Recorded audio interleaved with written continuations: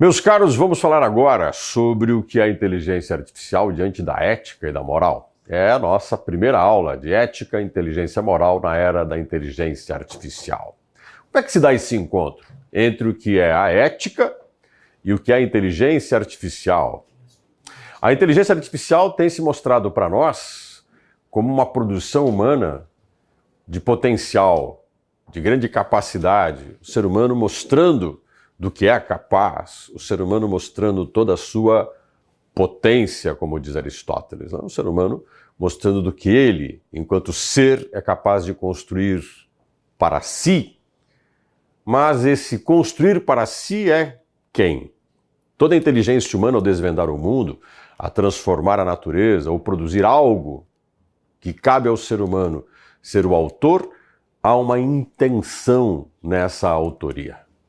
Eu peço sempre que você entenda que na ética e como na própria inteligência artificial há uma intenção. Qual é essa intenção? Então a inteligência artificial em si mesmo, ela já é algo que vai ser por si só o que quer ou ela será aquilo que nós vamos fazer dela? Estamos no controle? Essa é a grande questão.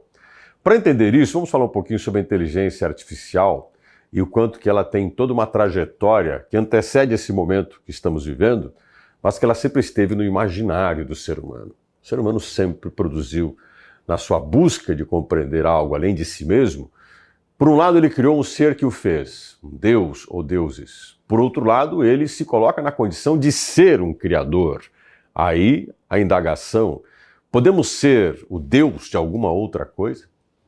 E se há um Deus que nos criou com um propósito, qual o propósito das coisas que a gente cria? Se de repente olhamos para Deus e o questionamos se ele existe, seremos capazes de, como Deus, criar alguma coisa que um dia vai olhar para nós e vai nos questionar também? Hoje essa é a nossa grande indagação sobre a inteligência artificial. Por isso vamos pensar que, desde o final da Segunda Guerra Mundial para cá, a nossa imaginação e o desenvolvimento de tecnologia têm apontado por potencial humano.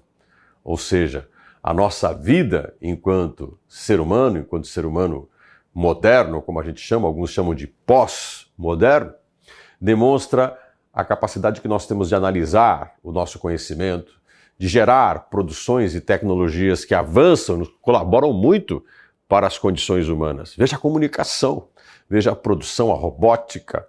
Veja que a medicina, assim como outras áreas do conhecimento, como a engenharia, a informação, a informática, a tecnologia da informação, veja como a genética, quantos campos de conhecimento têm demonstrado claramente que a tecnologia ela se estende, se expande, se transformando numa extensão humana.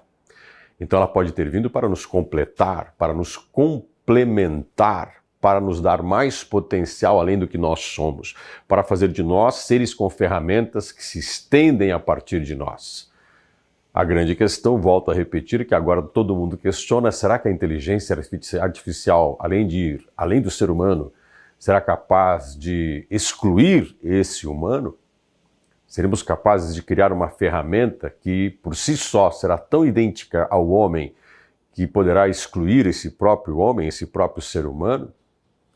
Bom, para entendermos um pouco isso, nós temos que entender a nossa imaginação, porque o ser humano é muito imaginativo, ele projeta na imaginação coisas que não acontecem, não aconteceram, mas ele se angustia com o que pode acontecer.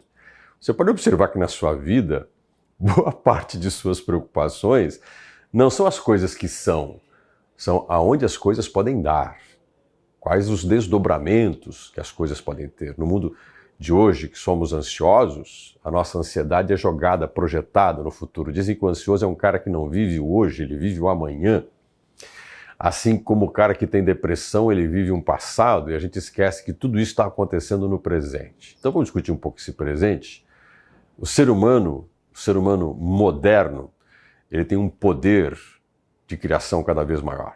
Porém, a gente tem que entender um pouquinho qual é o objetivo que nós temos dessa imaginação, dessa cultura que nós produzimos. Na literatura já produzimos várias obras falando do futuro, da exclusão humana, do ser humano se transformando numa máquina, do ser humano lutando contra as máquinas, porque no fundo nós estamos lutando contra nós mesmos, contra as nossas próprias intenções.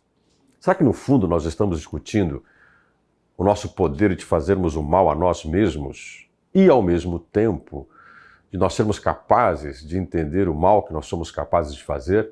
Vou repetir porque isso vale a pena. Pode ter parecido confuso, para te esclarecer.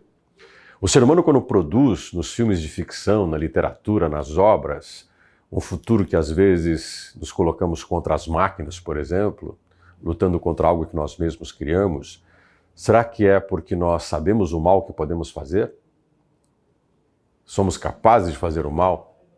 E por outro lado, um ser humano que se preocupa com o mal que é capaz de fazer, ou seja, se sabemos fazer alguma coisa, e se sabemos que essa coisa pode nos fazer mal, até onde podemos ir fazendo isso? Até onde a busca de fazer o bem pode também levar ao mal? O ser humano tem um poder fantástico. O ser humano tem uma capacidade imensa de produzir a sua vida, a sua existência. Mas o ser humano cria para isso padrões.